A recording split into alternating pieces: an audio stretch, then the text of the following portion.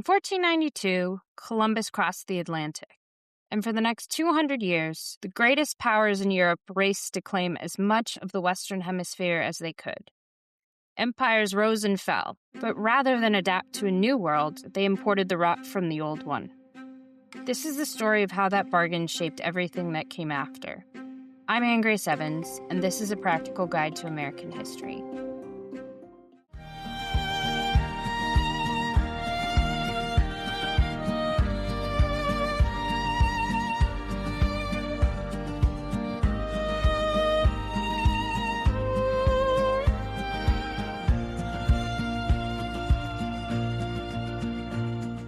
So, Columbus, right? Since we all have some degree of familiarity with him, I'll keep it brief. In October 1492, Cristoforo Colombo goes to the monarchs of Spain, Ferdinand and Isabella, and requests backing on his quest to find the westward route to Asia. They figure the worst that could happen is they never see this guy again. So they agree to send him with a crew and 3 ships. Columbus and his crew miscalculated by a lot. They had absolutely no clue how big the Earth actually is. It was lucky for him and his crew that there did happen to be another landmass there. Otherwise, they would have run out of food and water in the middle of the ocean. The island where Columbus landed, Hispaniola, was home to the Taino people. He describes them as friendly, eager to trade, and seemingly unbothered by the strange newcomers. They did seem to have confusion at the swords they carried. It's hard to imagine a greater contrast to their world than the one from which Columbus came. Europe was approaching the height of the Renaissance, a period of rediscovery of ancient wisdom and belief that human beings had the potential to do anything. Certainly, European society was more complex. But with complexity comes conflict. In Spain, joint monarchs Ferdinand and Isabella have been waging a long and bloody campaign to eradicate Islam. The Wars of the Roses had been raging in England for most of the 15th century and saw major players constantly switching sides. In Columbus's native northern Italy, warlords were available to make war wherever, whenever, and on whomever they were asked, for the right price. So Europeans weren't really used to peaceful cohabitation and tolerance for cultural differences. There has been some misunderstanding that, by the standard of his day, Columbus's actions were normal. That's not quite true.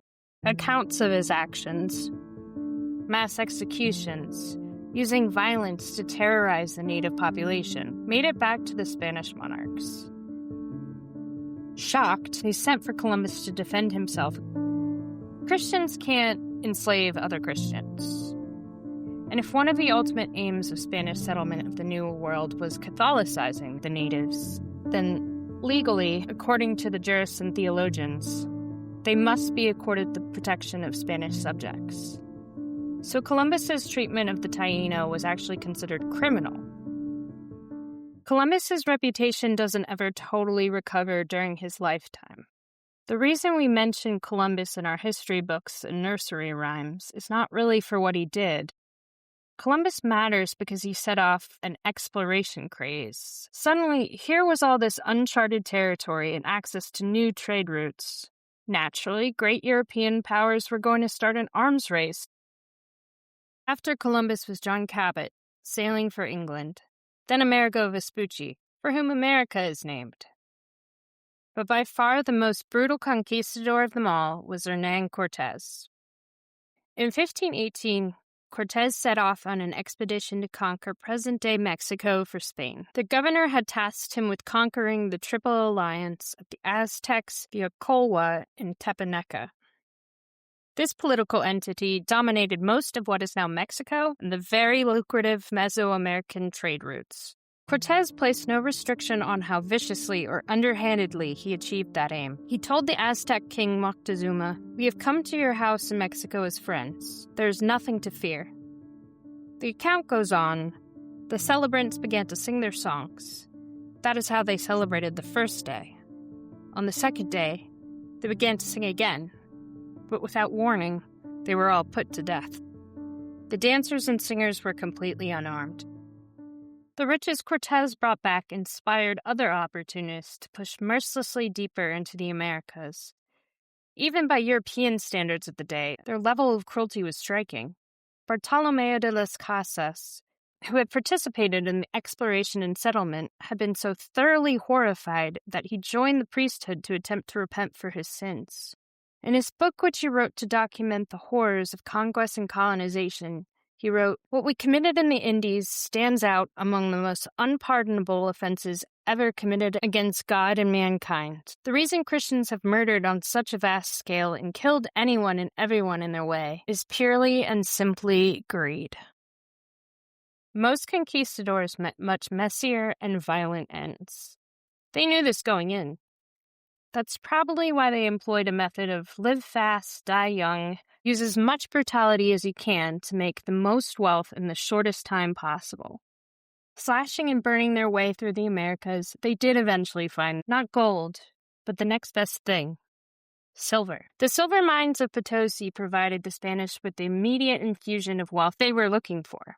Potosi became a major industrial complex. Military overseers lived splendidly off the proceeds of the mines, while those doing the mining, indigenous laborers, occupied the developing slums. While enslaving the native population was still technically illegal, this generation of conquistadors had found a workaround: the encomienda system. It was meant to work like a feudal system. People living in a certain land area had to provide labor to their Spanish lord, who in turn, as a representative of the Spanish state, should provide them with military protection and religious instruction. At least, that was the idea. Yes, the Spanish had figured out a system to get rich quick, but their greed was about to get the better of them. In 1497, Spain had introduced the Peace of Eight. The Peace of Eight, or real, could be so greatly relied upon to contain a standard amount of silver that it became reserve currency for the rest of the world. So the success of the complex at Potosi actually presented a problem. What happens to the value of something as the amount of it increases? Suddenly, the coins that had once been so reliable were now worth a fraction of what they once were, resulting in significant problems globally. But we'll come back to that. I've always found it odd that people lament how global our country and our world have become. If you're an American of European, African, or Asian descent, which is most of us, you're already a testament to the fact that that ship sailed long ago. Do you remember the Columbian exchange chart? It was most likely in one of your elementary school classrooms. It's a pretty simple illustration of the lure of the new. Once the possibility of new stuff from exotic lands was there, the world was never going back. Actually, the desire for foreign goods probably came much earlier. A quick historical detour. The launching of the First Crusade in 1095 had exposed Europeans to the trade routes of the East, which connected the different nations of the Islamic world, providing gold and ivory from Africa, and spices, dyes, and of course silks via the Silk Road. Basically, as soon as they had tried Eastern spices, they realized, wow, our food is really terrible without this. The Italian city-states, particularly Venice and Genoa, held a strategic position in the Mediterranean. Italian merchants had significant business with Eastern trading partners since at least the 1100s, and it gave them outsized influence on Europe. The tremendous amount of capital needed to invest in the voyages of merchant ships gave rise to prominent banking families within Italy, most famous among them being the Medici of Florence. So other European powers were eager to cut out the Italian middlemen, which is why, following Spain's lead, they went westwards to try and establish trade routes. Of course, what Columbus had discovered was not Asia with its silks and spices, but the Americas, which were a source of more novelties to delight European consumers, such as chocolate, a drink from Central and South America that was so valued that cacao beans were used as currency. Cortez was certain it was something that would catch on in Spain, and more importantly to him, something that he could profit from. Plantation was not a novel concept. The Venetians had established their own sugar plantations in what is now Lebanon, back in the 12th century. Cortez figured that he could do the same with cacao. Initially, reviews for this new chocolate substance were mixed. It was celebrated for its supposed medicinal properties, but most people found it too bitter. It required something to make it sweeter, and as fate would have it, a substance suited for establishing plantations became the ideal mix-in. Sugarcane comes from Southeast Asia, but in the climate of the Caribbean, it thrived. By the mid-1500s, there were most likely hundreds of cacao plantations in the Western Hemisphere. For sugar, this number was almost certainly in the thousands. The downside to this plantation boom is that it's incredibly labor-intensive. So to turn the kind of profit they were looking for, European colonists looked to find ways to minimize their labor costs. That is, by not paying for labor at all.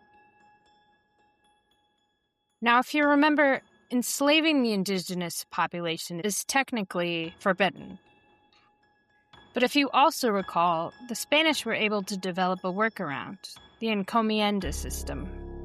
The Spanish government would grant tracts of land to Spanish settlers to cultivate as they saw fit, meaning that they could consider themselves feudal overlords rather than enslavers. In theory, there would exist a symbiotic relationship between laborers and those who provided them with protection and governance. Or that's at least how the Spanish justified it not being, in the strictest sense of the word, slavery. Goods like sugar became ingrained into society like a sweetly addictive invasive species. A German visitor to Queen Elizabeth I's court remarked that the English suffered from their too great use of sugar. European encounters with substances like tea and coffee presented an opportunity to cash in on the next big thing. If there was one thing that this era had already proved, it was that large-scale, lucrative enterprises could be made to work anywhere. And it was useless for other countries to deny it. The new tastes were here to stay, and to compete in the new economy was to go global. Fortunately for them, there was about to be an opening in the global domination department. The Spanish, it would appear, had bitten off more than they could chew. The increased supply of silver from Potosi had greatly deflated the value of Spanish currency, on which the world, and not least the Spanish, had come to rely. The cost of living more than doubled, and as a result, the Spanish government, who really only dealt in Spanish currency, was left with severely depleted coffers, which is horrible news for them, since in 1588 they sustained heavy losses to their armada when they attempted to invade England.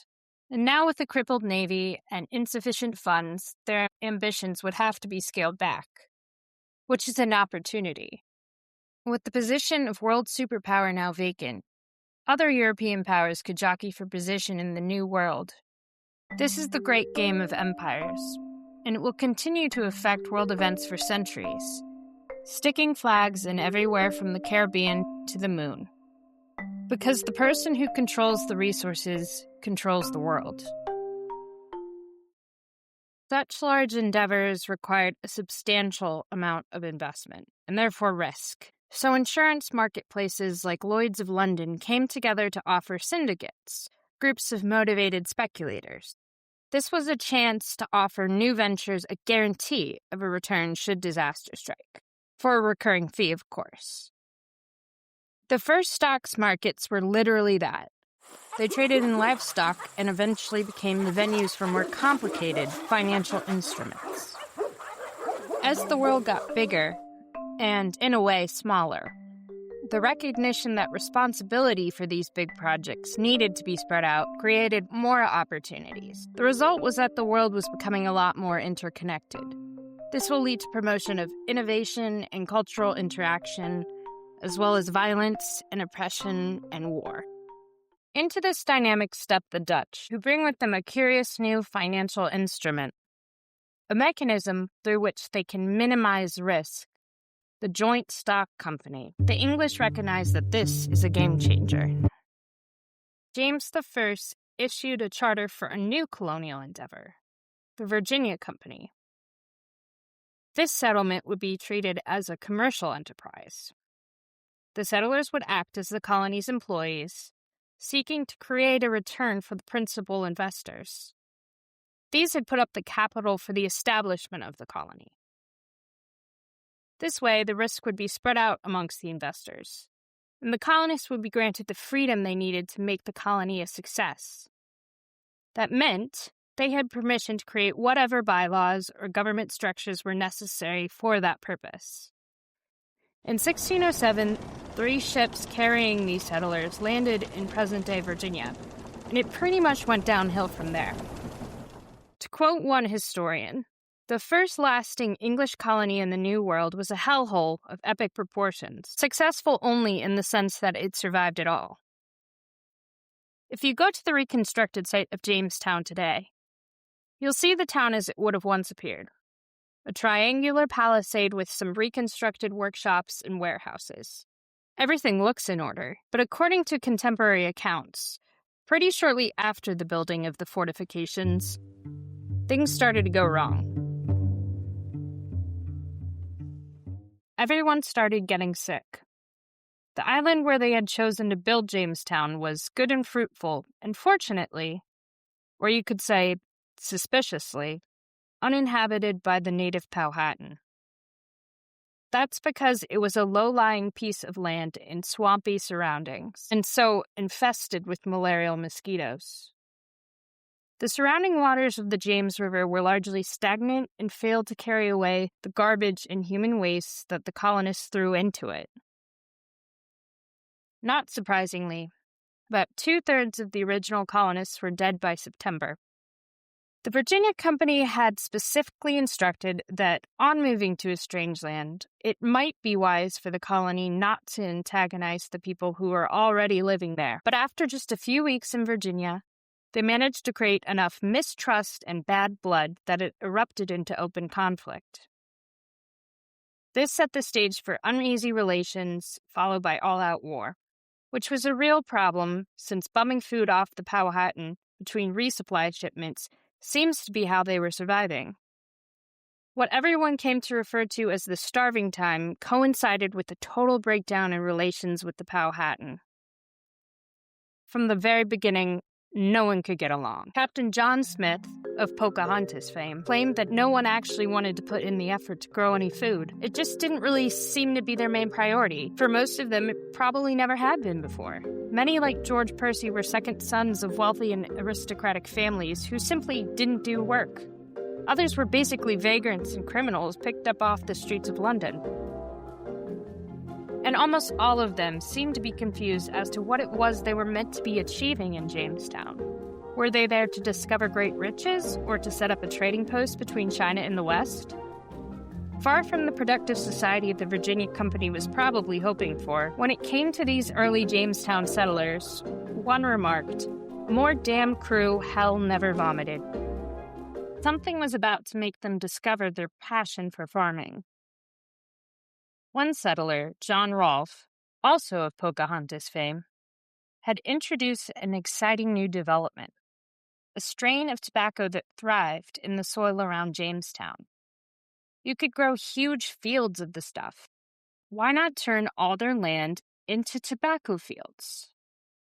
That way, all they'd have to worry about was the tobacco harvest. They could just buy all the other things they needed with all the money they made from selling it. Plus, with indentured servants, those who bought their ticket to Jamestown by offering themselves for a term of labor, it wasn't like they were doing most of the work anyway. Next to tobacco planting, homesteading just seemed really hard and boring. These men desperately needed some discipline. The House of Burgesses first met in 1619 and stated that each settler must plant enough food for the consumption of their own household. The hope was that finally, this ragtag bunch might become productive, self-sufficient farmers. But another first in the same year would seriously undermine their drive to put in the labor that small-scale farming required. In August 1619, a ship called the White Lion arrived in Virginia carrying between 20 and 30 people, possibly from modern-day Angola. These people were sold to the English to provide the labor for the colonists' tobacco ventures. But the first signs of success with tobacco at Jamestown attract other would-be adventurers and those seeking to make their fortunes somewhere where they could completely start over. For some, the idea of starting over was the entire point. 1620 would bring another major arrival, the Pilgrims aboard the Mayflower. A quick aside on religion. You remember Henry VIII, the king who created an entire new church? Well, Henry, nearing the end of his life, gathered his 3 children together to discuss religion in England after he was gone. Perhaps unsurprisingly, given the way he had treated their mothers, the kids seem to have been unmoved by their father's desire that they coexist in peace. Edward, the youngest and only son, ruled as a Protestant, but died young. Mary, the eldest, was next in the line of succession, and she wasted no time in bringing back Catholicism. She burned so many people at the stake for their Protestant heresies that she earned the nickname Bloody Mary. But since Bloody Mary died childless, the throne next went to her sister Elizabeth, who, you guessed it, forced the whole country into an about-face on religion once again. She too died childless, and her designated successor was her first cousin once removed, James VI of Scotland. Who knew what the new James I of England would do, and the country just couldn't handle the whiplash any longer. So he and his ministers set out to codify what this new Church of England was, what it believed, how it worshipped, its most sacred text. In theory, everyone should have been happy, but it never actually seems to work out that way. The Puritans were an odd lot. Like other Protestants, they wanted to break England away from the Catholic Church, but the new Church of England didn't go far enough for them. They hated the ritual that still remained in the new Anglican Church, and their views were regarded as so out there that they were deemed unacceptable. One such man was William Bradford. First, his congregation of separatists, as they called themselves, tried their luck in the Dutch city of Leiden, but this venture proved unsuccessful. It became clear to their group of radical Puritans that the only way to be free to worship God in the way they chose was to build a completely new society from scratch. Like Noah, the old world had become too corrupted, and they must cross an ocean to find a new land where they could begin again. William Bradford referred to the group as pilgrims, those who sought God in faraway places. They set sail for Virginia, but on their way, their ship, the Mayflower, was blown off course, landing them instead in present-day Massachusetts. There were those in the company who believed that, since they weren't technically where the charter said they should be, it might no longer be valid. To remedy this, they came together to solemnly and mutually in the presence of God and one another, covenant and combine ourselves together into a civil body politic. Now their colony's leadership would be legitimate, since they had made a pact before God. The group consisted of men, women, and children, most of them coming from urban environments. About half died in the first few months. Yet perhaps it was their faith and their purpose that spurred them forward. It made them better committed to the success of the colony. Of them, Bradford says, whilst they had health or any strength continuing, they were not wanting to any that had need of them. It's a far cry from the damned crew that the Virginia Company president described. The able-bodied were able to clear roads and build more permanent dwellings, but their position was still precarious. But as luck would have it, they were then approached by a sachem, or chief, named Samoset. And what's more, he spoke English and seemed interested in helping them. He introduced them to another, better English speaker, Squanto, who introduced them to and acted as translator with his own local sachem, Massasoit of the Wampanoag Confederacy. Recognizing that this was probably a good friend to have, they made a peace with Massasoit that promised mutual aid. After agreeing to these terms, Squantos stayed behind to show them where to fish and the best method for growing corn. And the Pilgrims were actually true to their word, a bit of a rarity when it comes to European dealings with American Indians. They did come to Massasoit's aid when he got into trouble with his neighbors, the Narragansett. In gratitude, when the Pilgrims' first successful harvest came in that fall, the Wampanoag brought them 5 deer they had killed. Together, they held a barbecue. The so-called First Thanksgiving was basically like a standard English harvest festival. They played games, they drank beer and ale, they ate an abundance of venison and fowl, though probably not turkey. And they were dressed pretty much the way you might imagine, though without the buckles on the hats and maybe a bit more color. In less than a year since their landing, they had built a town, established a peace with the Wampanoag, and learned how to provide for themselves, even though they had to deal with winter and sickness when they first arrived. See, Jamestown, it is possible. New England was expanding quickly, and soon there were settlements along waterways throughout Massachusetts, Connecticut, and Rhode Island. And eventually, they came to a point where they were no longer merely subsisting. They could bring their produce to market to be purchased by their neighbors, who now no longer had to rely primarily on farming and could make their living in other ways. New England residences began to grow larger and multi-storied. The original Pilgrims would have brought some furniture, clothing, and other household items with them from Europe, and for a time they would have made do with just that, mending as needed. Young craftsmen, seeking untapped markets, came to ply their skills in this new frontier. They took techniques from London and adapted them to the practicalities of life in 17th century Massachusetts. The final result didn't look as polished or as regal as the most expensive piece you could buy in Europe, but by incorporating foreign skill with whatever materials could be locally sourced, a new American style came into being: folk art.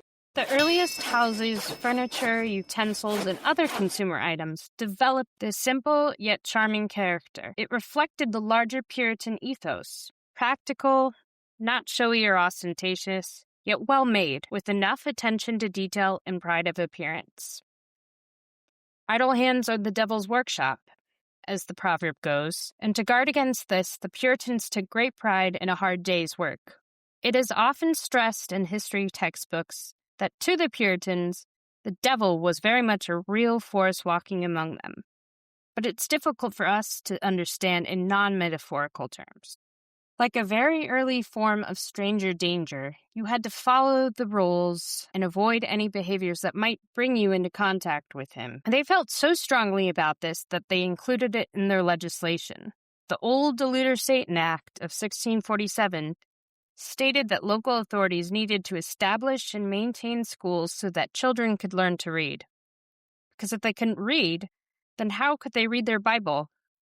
And without their Bible's teachings, how would they know not to fall for Satan's dirty tricks?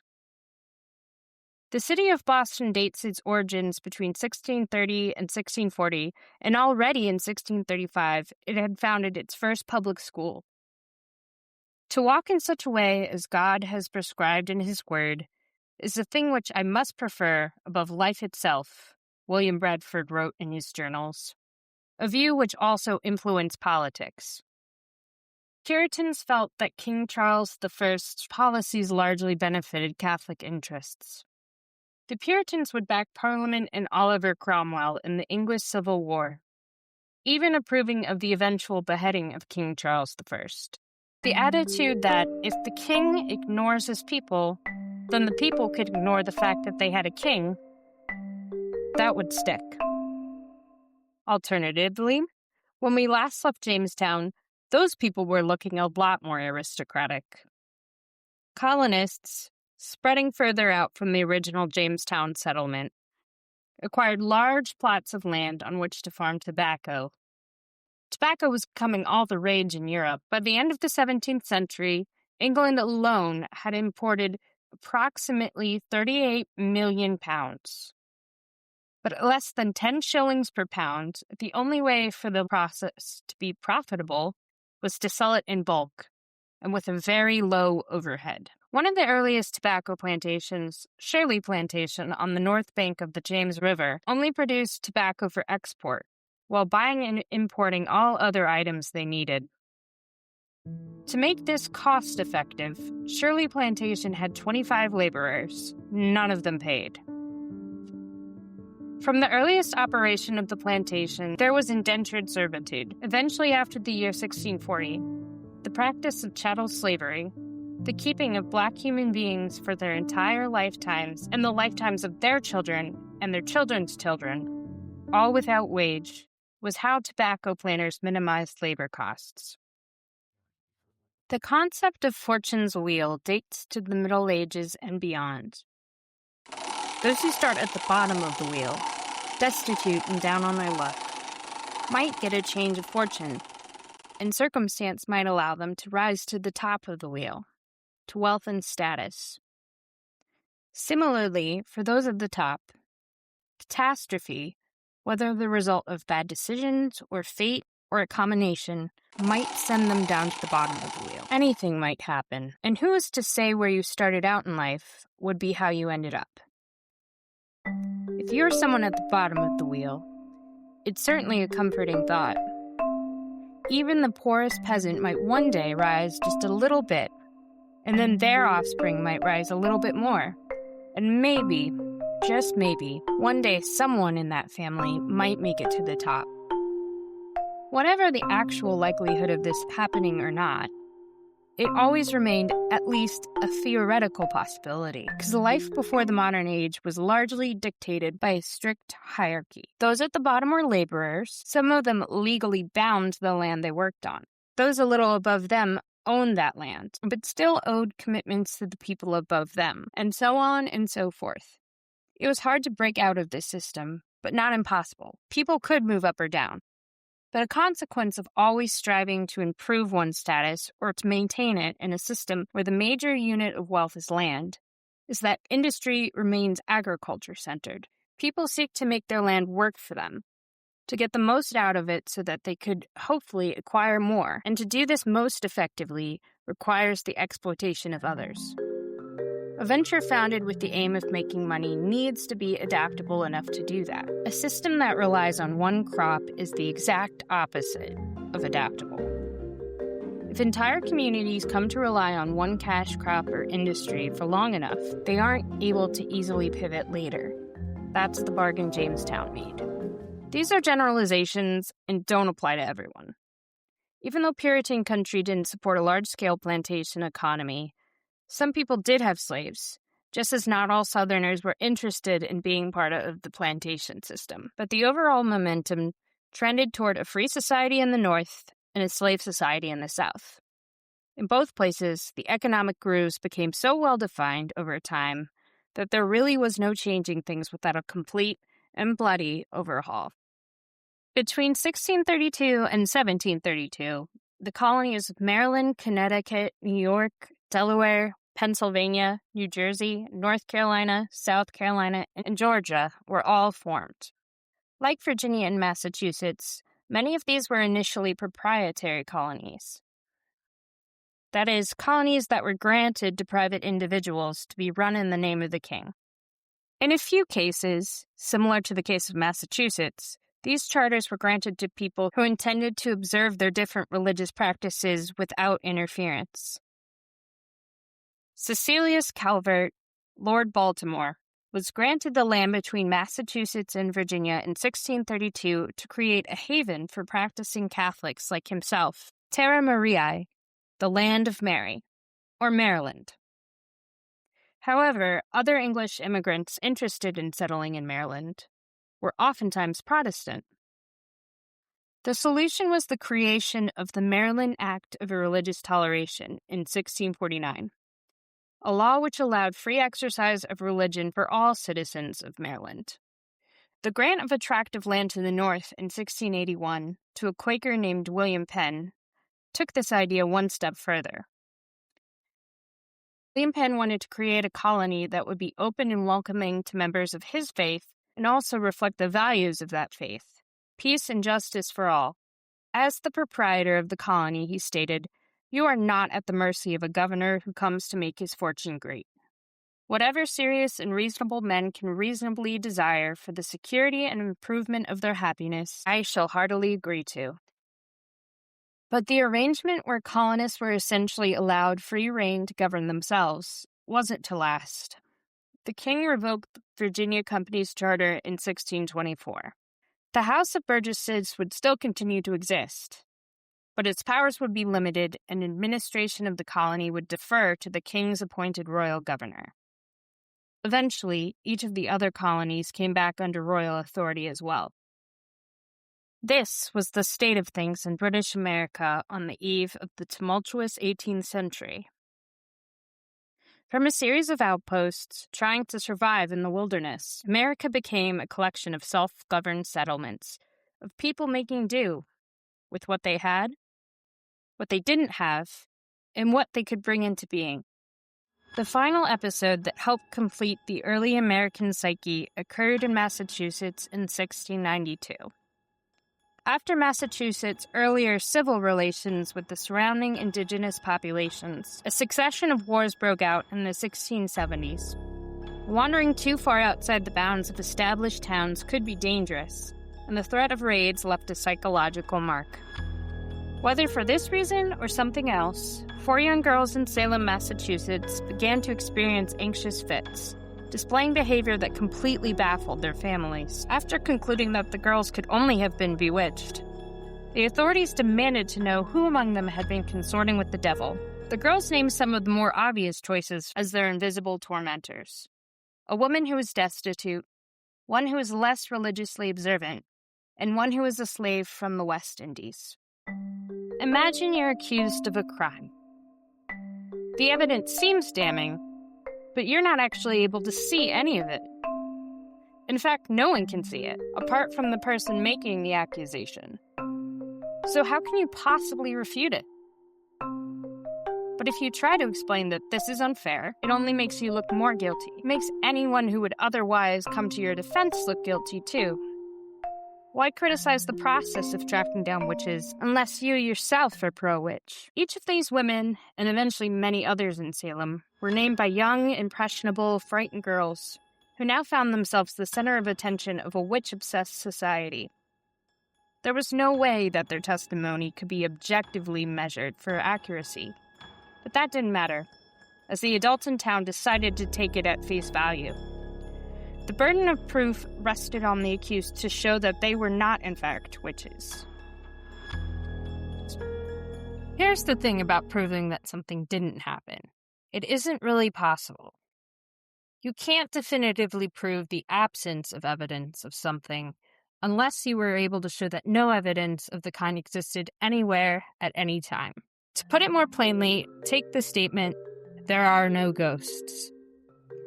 To prove this, you would have to examine every place on Earth to make sure there was no ghost hiding somewhere whose existence could disprove that statement. Beyond that, you'd have to have someone monitoring every place on Earth at the same time just to make sure a ghost hadn't just floated off somewhere else when the observer came looking.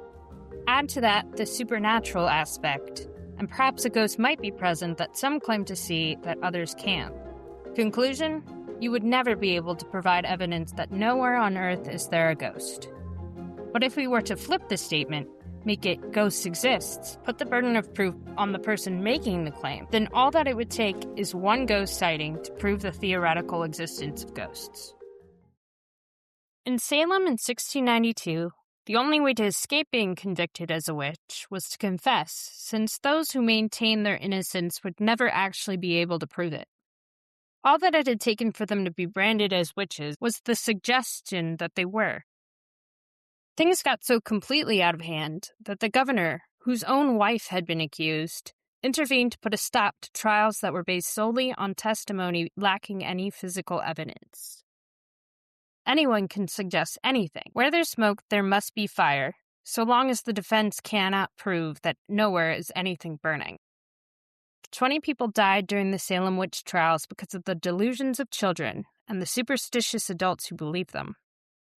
As the 17th century drew to a close, that sort of behavior was already starting to seem a relic of a bygone age.